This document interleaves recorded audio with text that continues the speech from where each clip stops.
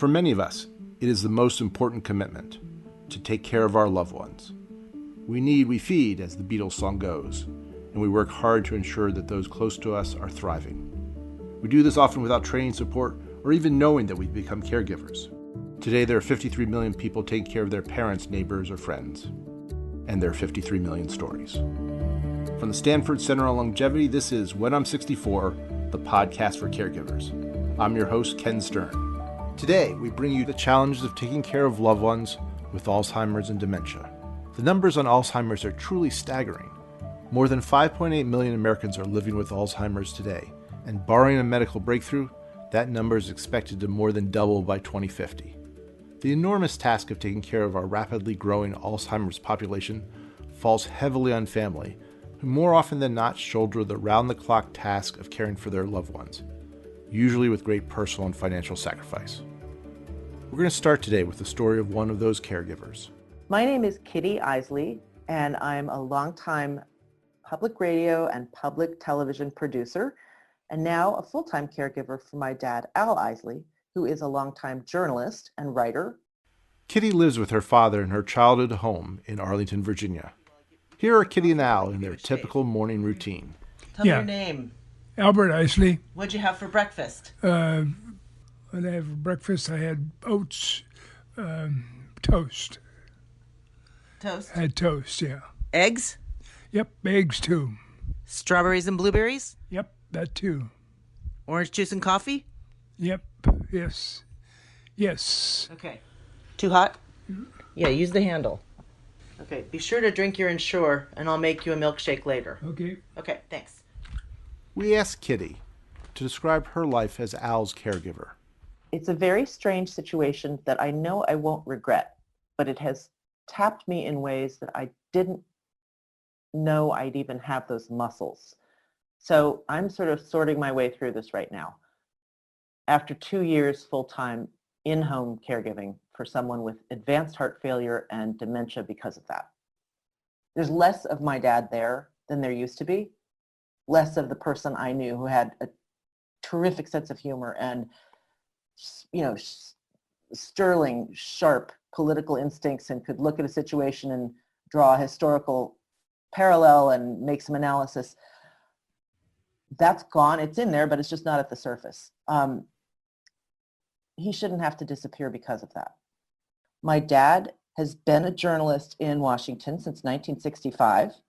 He's originally from a farm in Minnesota and moved my mom and me and then my younger sister here to report on the Capitol for Minnesota papers, and has made a living and a life in Washington journalism or politics ever since. When I say that everyone knows him or that he knows everyone, I mean that down to the homeless guy who they call the mayor of McPherson Square. I've walked through McPherson Square with my dad and the guy comes over to shake his hand.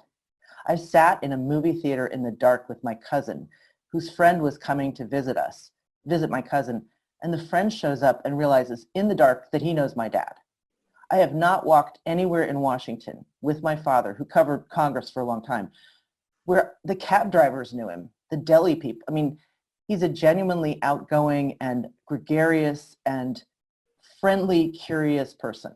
So that's a real treat for me coming up in this city because it's like an entree. People liked him, and people still do, but there are fewer of them.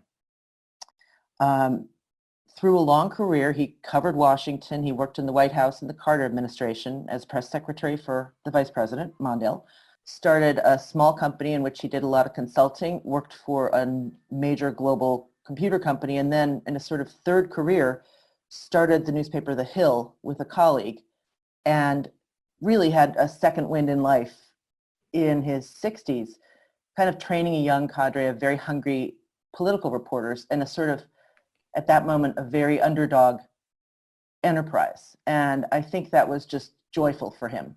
7 years ago, both my parents had very bad falls and ended up either in a hospital or a rehab step-down place. My father has very advanced heart disease that's consequent to a childhood illness and is on blood thinner. And he had a bad fall and developed a brain bleed. So 7 years ago, with both parents suddenly in an emergency situation, suddenly unable to take care of themselves, my sister and I had to sort of scramble to figure out very unexpectedly how these people who were professionals and writers and volunteers in their community suddenly might not be able to care for themselves. So I was thinking about how this manifested and how I knew I'd have to step up. Many, many lost things, lost iPhones, lost cars, lost parking tickets, that are indicators that are just beyond natural aging. And we've hired somebody between 30 and 40 hours a week that's here, who's a godsend, but that's still all the rest of the week in which you're caring for someone who at times is not a toddler, but can do things that are the same as a toddler would do, like spilling things and walking away because they didn't know they spilled something. And that happens all the time. Like leaving water running or the garbage disposal running. To give you an example, one night I was in bed and I heard a banging and he said, "You better come look in the kitchen." And it was 1 a.m. and I came out in the kitchen and the entire floor was covered in bubbles because he'd put Dawn in the dishwasher instead of the other stuff. And I was like, what? Honestly. So it's like just an inch full of bubbles all the way down the kitchen floor. And he's kind of laughing and I'm sort of laughing, but I'm also like, now I have to wake up and clean this up. That happens a lot. He has fallen a lot. Balance and things like that have been affected. So when he falls, because he's on blood thinner, it can be very dangerous. So there have been frequent trips to ER urgent care because of a head injury. In one fall, he broke 5 ribs. That was so difficult to manage, both in hospitalization, in learning how to move again, in painkillers, in hiring extra help for physical therapy and occupational therapy. These are all things I never thought I'd have to do or understand. So in caregiving terms, a lot of things I've learned to do are manage medication, 13 pills a day, monthly blood labs that help determine the dosage of those pills, managing painkiller medication, managing physical therapy appointments, and sort of follow-up in terms of the limited exercise he can do, figuring out what food is digestible and will he eat it, which often comes down to ice cream. Like we go through gallons of ice cream. A lot of caregiving in my situation has been around taking care of a house and finances. It's caused me a lot of depression, to be honest. I think just dealing with the loss of one parent and the imminent loss of another, both of whom really had incredibly diminished personality or diminished ability, is both a gift because there's time with them, but it's also really painful to watch that, flicker out and never know at one point or another when the next shoe is going to drop. Any other country thinks of its elders as a resource and as an obligation. And I've had many, many people who've worked with my parents from immigrant backgrounds who've done extra things for them and said, you and your sister care for your parents the way people do in my country. That's our job.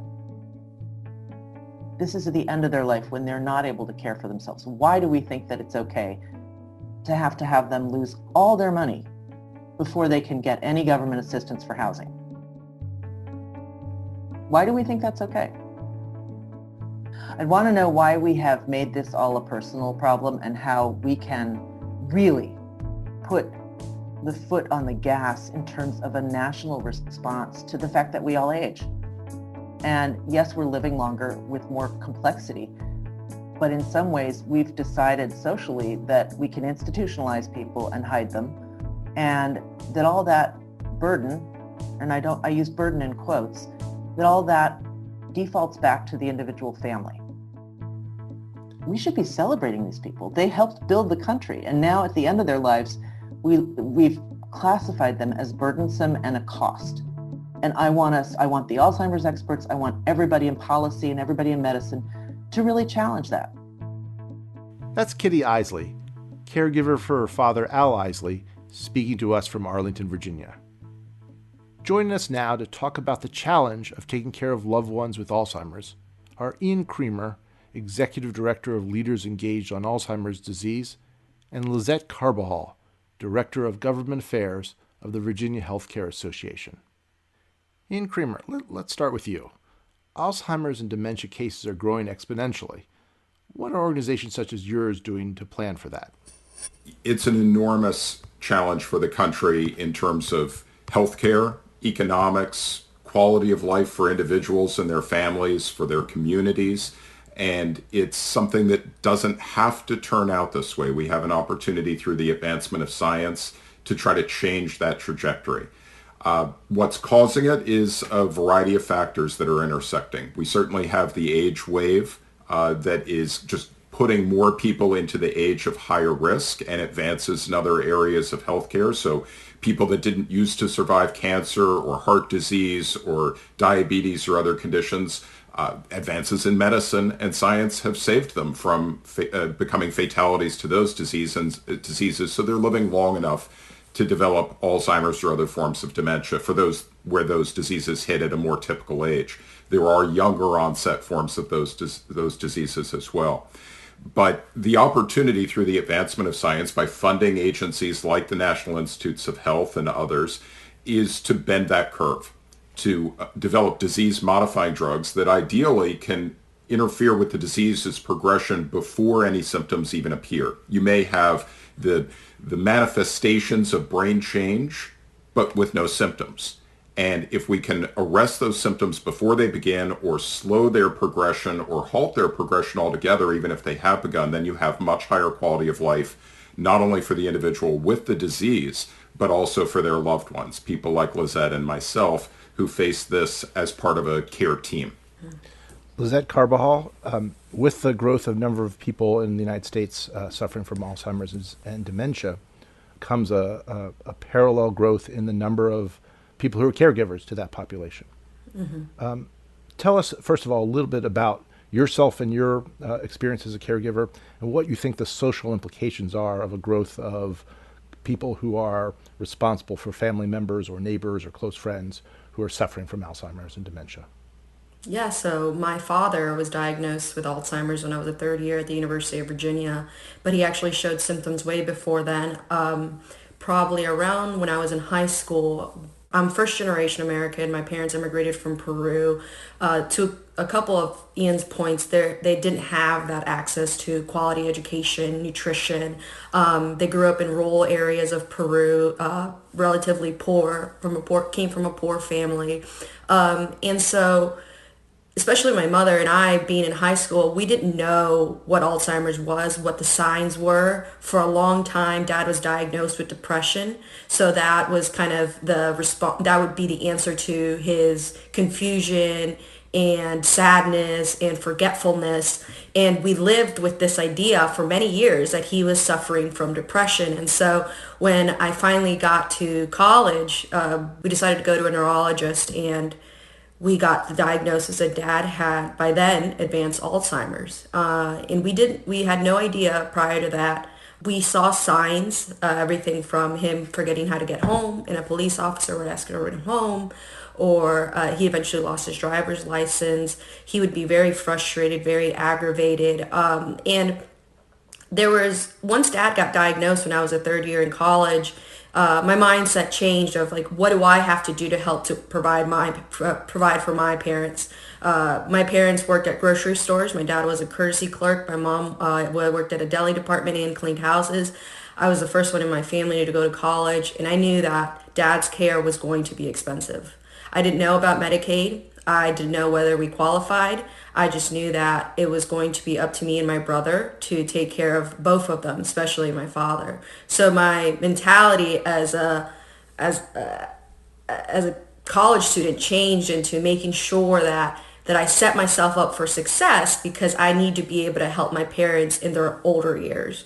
And I think once we started realizing that Dad could no longer be taken care of at home, it was not a safe environment for him. The talks about sending him to a nursing home were very difficult, not just from a personal perspective, but from a cultural perspective, where my mom just did not think that was the right move. It was kind of she felt like she was betraying my father by taking him somewhere else and not taking care of him till his last day.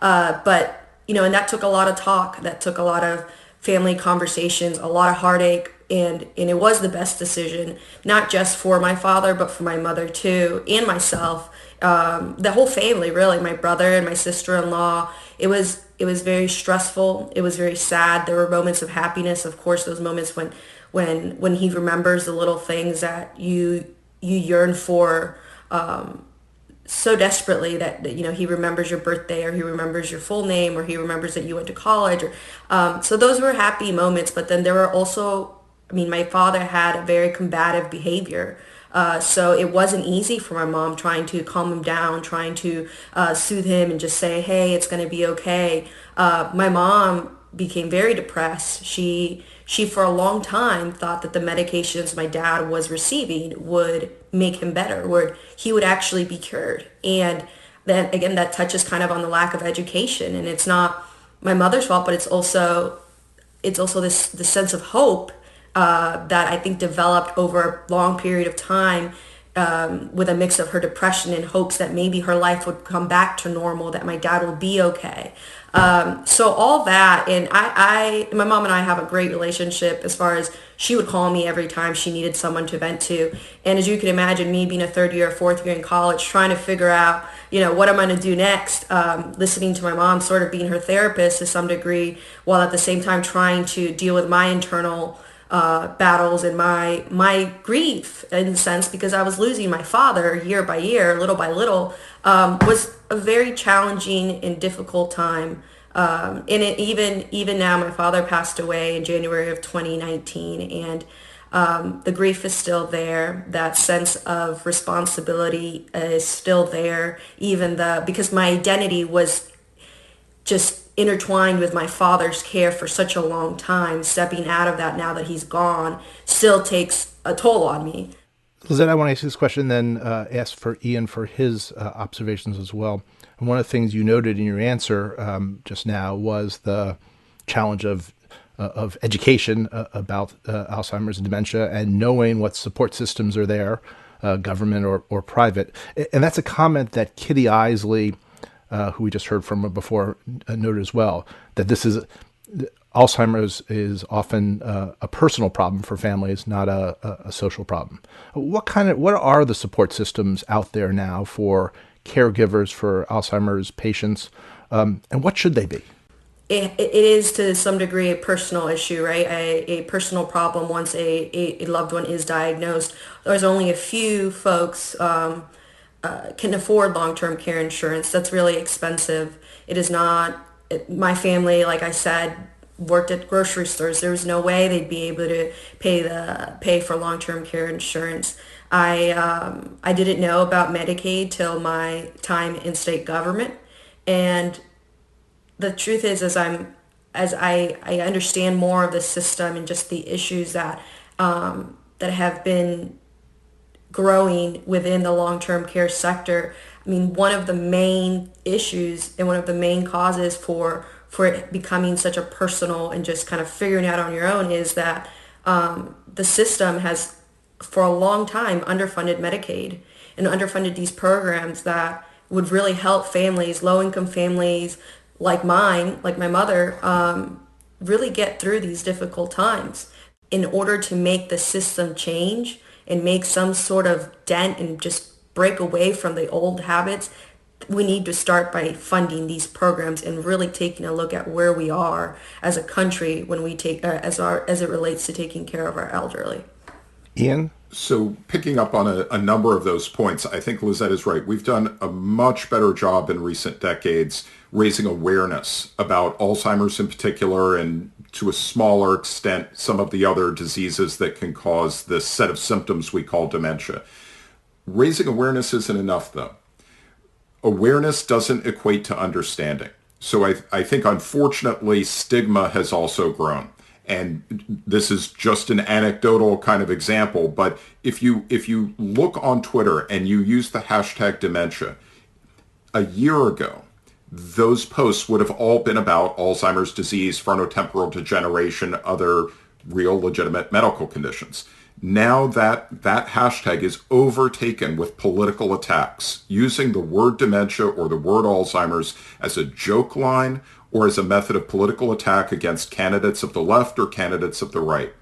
And that reinforces stigma. The fact that people already feel comfortable using it as an attack, as a pejorative, rather than as something that demands compassion, understanding, education, and a societal, apolitical commitment to improving quality of life for all who face these diseases now, diagnosed, undiagnosed, family members, community and supporters, and all who will face it in the future until we've bent that curve all the way down to zero. So it's great to raise awareness. People now know to call it Alzheimer's rather than old timers. But they don't understand the diseases unless their family has been through this journey. And then in many cases, they understand their family's journey, not what other families are going through, because each story is in its own way unique. But the thing that binds them all together is that they need greater understanding, greater compassion, and greater material support of the kind that Lisette referenced. And let's just pick up on that issue of Medicaid. Lisette is completely right that Medicaid, being a system that is separate in each of the 50 states plus the District of Columbia and other jurisdictions like Puerto Rico, Guam, etc., those are disjointed systems. They're all underfunded relative to need. But also there's Medicare. And many families, understandably, go into this journey believing that Medicare will pay for a nursing home when it's needed, and it won't. They have to spend down into a level of near or actual poverty to be eligible for Medicaid. So Medicare is not carrying its share of this burden. And those programs are separate. They're related, but they're separate. And we need much closer integration between Medicaid and Medicare, as well as community-based resources. So, Lisette, we had a chance to talk separately with Laura Carstensen, who is the director of the Stanford Center on Longevity. And she said that one of the things, best things we can do for caregivers is to give them emotional support. First of all, from your own experiences, how do you react to that statement? And keying off what Ian just said, what are the systems for providing emotional support for people who are living very challenging lives, trying to support loved ones with this difficult disease? No, I completely agree with that statement. I think had my mother and I not had each other, our journeys, our experiences with this would be completely different. And I wonder where my mom's mental health would be towards the end of the 7 years of her taking care of my dad. I think she would be in a different state of mind at this point, and so would I. I think you battle with these internal feelings and external feelings while you're taking care of somebody, because you're not also just taking care of an individual, but you're trying to take care of yourself. You're trying to find either your profession or do well at work, and then combining all that, and at the end of the day still having to come back and take care of somebody for the last few hours of the day. It's exhausting, and it's mentally exhausting, not having an outlet to express that either frustration or sadness or happiness. And there are so many people that I have met that do not have that, and whether it's in really over time, the toll that takes on somebody is excruciating. I cannot imagine someone going through this experience by themselves, just them and their loved ones, and not having no one to talk to. But the truth of the matter is that happens a lot. Social isolation exists in this country and across the world and all over the world. People do not have the outlets or the resources or the education to know that they can maybe reach out to a support group that we talked about, like the AAAs, the area agencies on aging. I mean, my mom had me to vent, to talk to. I didn't really have anybody because at the time, in 2010 or 2011, there wasn't a lot of people talking about. So I dealt with a lot of mental health issues during those times until recently, where there's been more highlights about millennial caregiving and what the impact it has on that generation. And so I feel better. And of course I sought help. I saw a therapist, I see a psychiatrist, all that had it not for, eventually people coming out of my age saying, I'm dealing with the same thing. This is so hard to see someone I used to know so well become a complete stranger. And it's hard to continue on with life and keep achieving either these goals or having these life-changing experiences and not being able to have my father or my mother experience them with me. The fact that for a while I didn't have anybody that I felt like I could relate to until recently, it was difficult to go on that journey without having somebody to talk to about it. Ian, in your role as executive director of Leaders Engaged on Alzheimer's Disease, what are the top priorities for your organization, and what can civil society do to help both people suffering from Alzheimer's and dementia and their family caregivers? Our coalition has 100 member organizations. Many of those organizations are trying to advance the science to provide new means of, again, preventing the diseases in the first place, halting their progression or slowing their progression. But also many of those organizations are involved in the here and now about the struggle to improve quality of life for those already facing these diseases. And I think we need to do this in a holistic way. Our coalition tries to, in our federal public policy advocacy, we try to advocate for the kinds of programs, services, interventions, and educational initiatives that will improve quality of life, while we also try to pursue the means of eventually eliminating all causes of dementia. Now, in terms of specific policy interventions, I will say that the National Institutes on Health, through the good graces of Congress in the last 5 or 6 years, has received nearly a 4-fold increase in the funding it has to better understand both the biomedical and the social science aspects of Alzheimer's disease, to better understand what care support interventions really work for which people, and how those can most effectively be disseminated and taken up by regular folks around the country, but also the biomedical innovation to try to bend that curve on the diseases themselves. That said, even 4 times the money that we had 5 or 6 years ago is not nearly enough. Science is a process where it continues to expand the more we invest wisely. NIH knows how to invest wisely in this fight across the social science and the biomedical science.